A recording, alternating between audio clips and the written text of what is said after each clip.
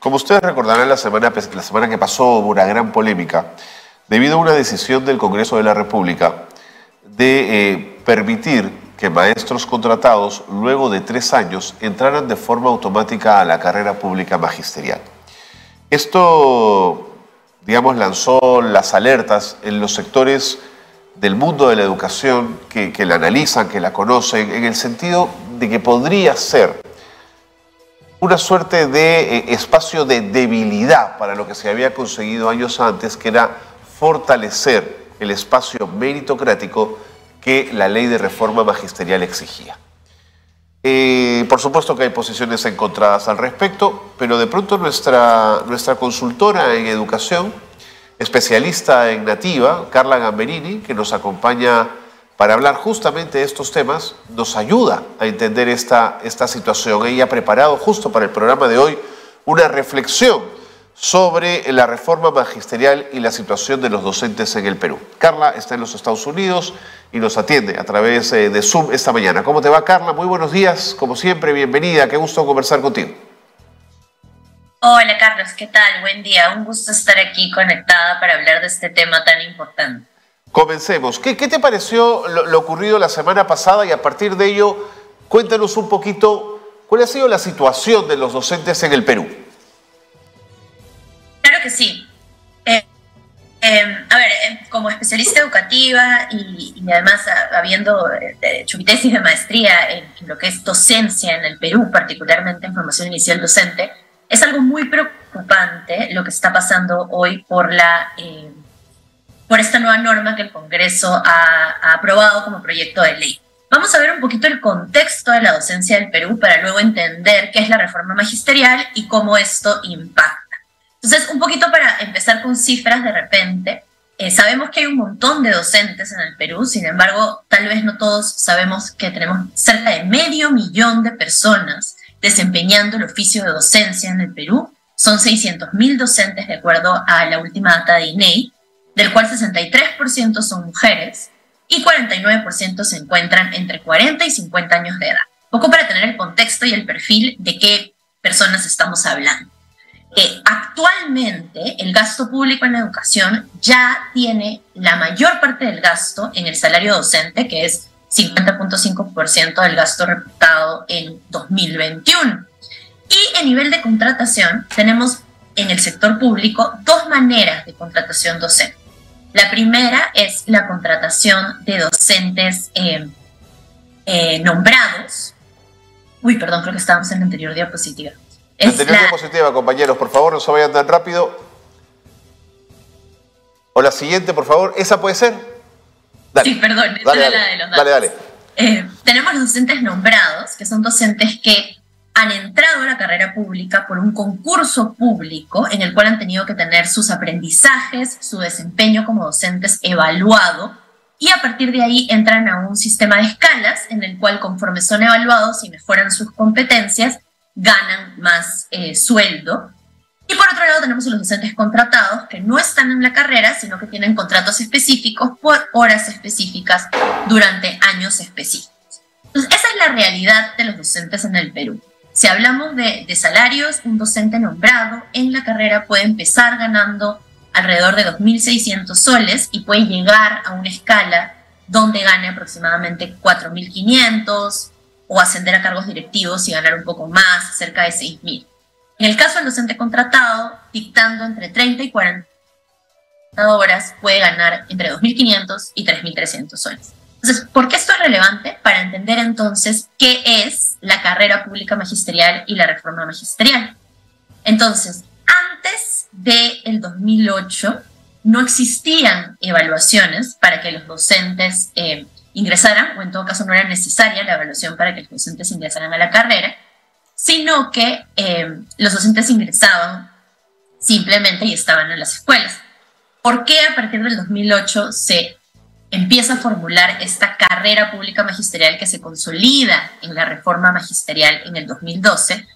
Porque estudios a nivel del mundo entero, no solo de Perú, han comprobado que mientras el docente esté mejor capacitado y tenga mejor calidad y pueda efectivamente ir mejorando, el impacto en los estudiantes va a ser más positivo y los aprendizajes van a mejorar.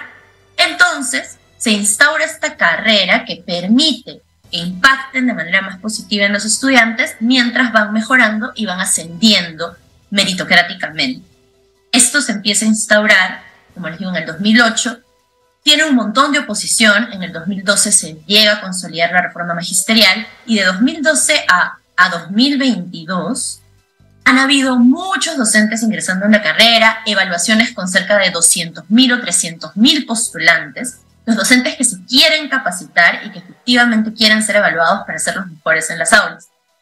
Entonces, esa es la situación hoy de la carrera.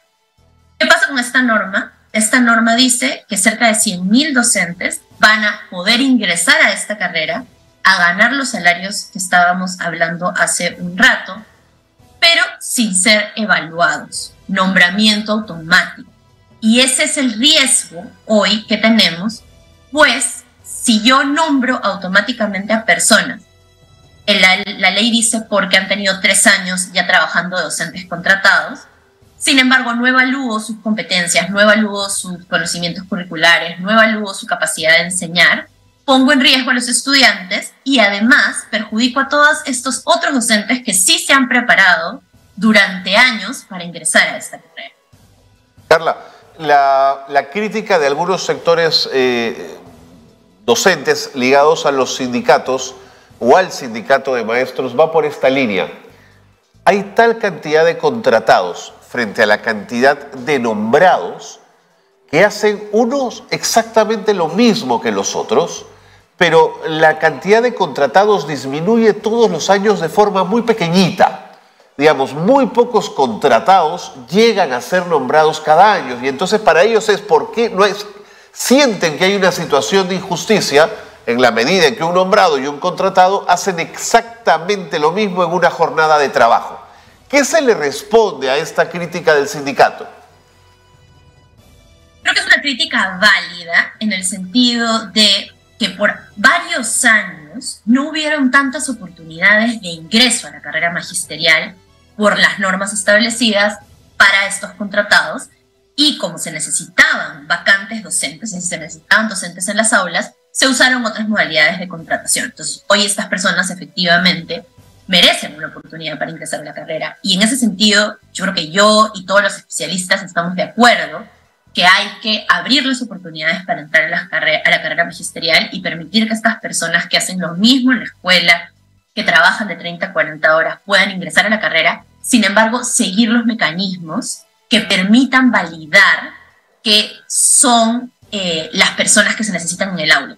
¿Por qué? Porque pasa un montón también que en las evaluaciones docentes, a veces hay docentes que no pasan la evaluación de la carrera, por ende no están capacitados para entrar en la carrera, no están capacitados para enseñar en el aula, sin embargo, por falta de disponibilidad de personal que sí ingrese, igual se les contrata para una hora específica.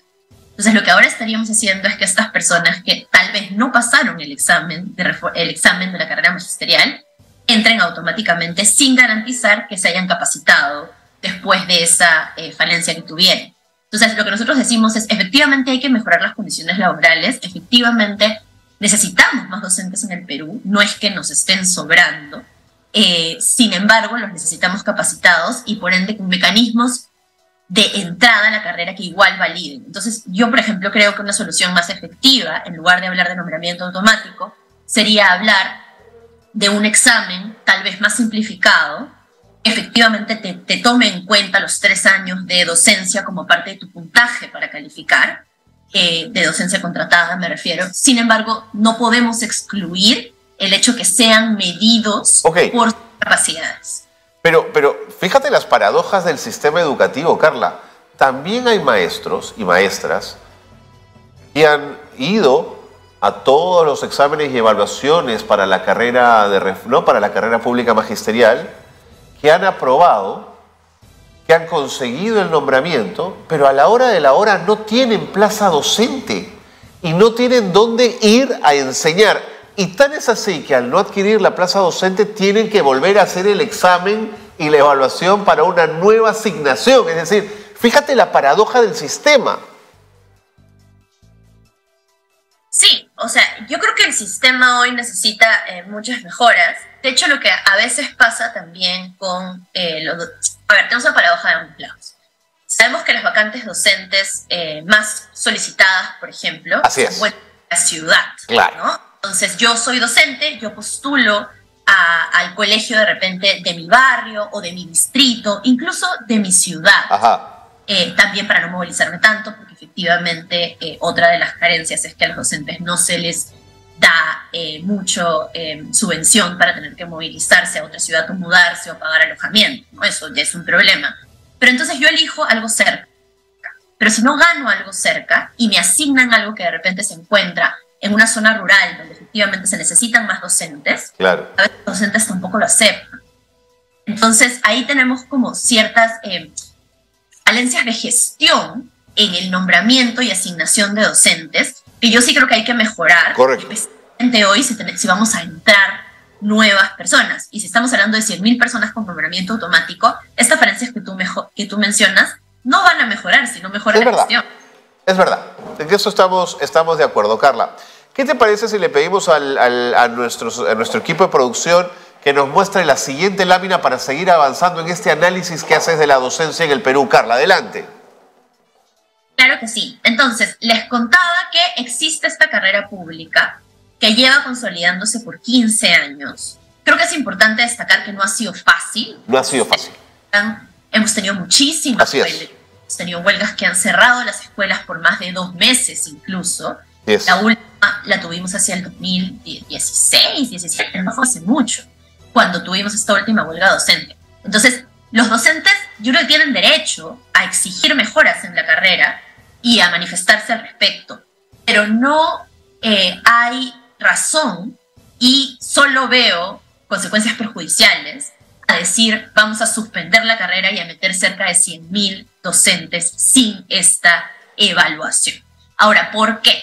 Y aquí creo que hay que hablar directamente del impacto en los aprendizajes. Okay. La semana pasada hablábamos de la crisis de aprendizaje que el Perú vive, que hoy está más álgida que nunca. Tenemos cerca de 80% de estudiantes que no entienden lo que leen y no pueden resolver un problema matemático para su edad. 1 año y medio atrasados aproximadamente. Entonces, esto significa que necesitamos las mejores herramientas para que los estudiantes puedan recuperar aprendizajes. Y estudios nacionales e internacionales, de hecho GRADE hizo un estudio bien importante en Perú al respecto, han comprobado que el mejor elemento para impactar en el aprendizaje son los docentes. Entonces, hoy necesitamos a los mejores docentes en el aula. Entonces, si ponemos en riesgo la calidad de los docentes que van a ingresar, cerca de 100.000 docentes que van a impactar a cerca de 6 millones de estudiantes, así es, en riesgo su calidad, no solo estamos atentando contra no poder remediar el aprendizaje actual, sino también contra el futuro de estos estudiantes que podrían estar a su cargo. Esto no quiere decir que puedan haber excelentes docentes dentro de ese grupo. Probablemente hayan y necesitan y merecen mejores condiciones laborales. Pero entonces sigamos con los mecanismos de evaluación que tal vez, repito, podrían simplificarse de manera extraordinaria por alguna vez para incorporar, sin embargo no suspenderse, no hacerlo automático porque es un riesgo. De acuerdo, Carla. Para entenderte entonces, la meritocracia de los últimos años, y la pregunta es bien concreta, ¿mejoró los aprendizajes de nuestros estudiantes, sí o no? Porque si la respuesta es sí, yo creo que no hay discusión que dar, lo automático no nos sirve. La respuesta es sí. A ver, yo creo que en la educación hay varios factores, pero como les repito, los docentes son el factor más importante. Y las cifras, por ejemplo, si vemos PISA, que es esta evaluación internacional de aprendizajes, en el 2015 Perú era el último país en la lista. En el 2018 Perú ascendió a ser el puesto 64. No llegamos a los 20 primeros porque efectivamente nos falta un montón, pero efectivamente ascendimos de manera significativa. Y esto vino de la mano con una reforma magisterial, con una carrera fortalecida. Entonces, hay evidencia de impacto. Y la verdad, Carlos, hay poca evidencia de impacto de reformas educativas. Y esta sí la tiene. Y la tiene a mediano e incluso a largo plazo. Estamos hablando de 15 años. Entonces, traértela abajo por 100.000 docentes que tienen que ingresar a la carrera a gusto del Congreso sería un error.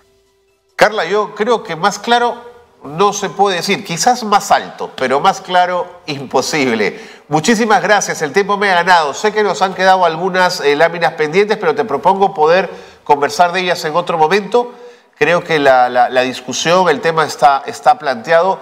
He escuchado a muchos especialistas y coinciden contigo en el sentido de no nos la juguemos, todo lo construido con la reforma magisterial y que ha dado buenos resultados no debe retroceder, no debemos traérnosla abajo, además por intereses políticos menudos que son de donde ha nacido esta norma. Te agradezco mucho, Carla. Gracias, Carlos. Buen día. Carla Gamberini, especialista en educación, consultora internacional y además es la especialista ignativa en los temas educativos que nos ha dado esos alcances tan interesantes. Si se puede medir claramente que la reforma magisterial, a partir de las evaluaciones PISA, generó mejor en los aprendizajes de los estudiantes y se avanzó en esos resultados, la evidencia está servida y hay que ir en esa línea. Pero claro, también hay que resolver el tema de los contratados en nuestro país. No podemos tener tanto profesor contratado que hace lo que hace un nombrado el mismo día, la misma jornada de trabajo, hacen exactamente lo mismo, pero uno gana más que el otro, porque no está nombrado. Eso se tiene que resolver y eso es un tema de gestión.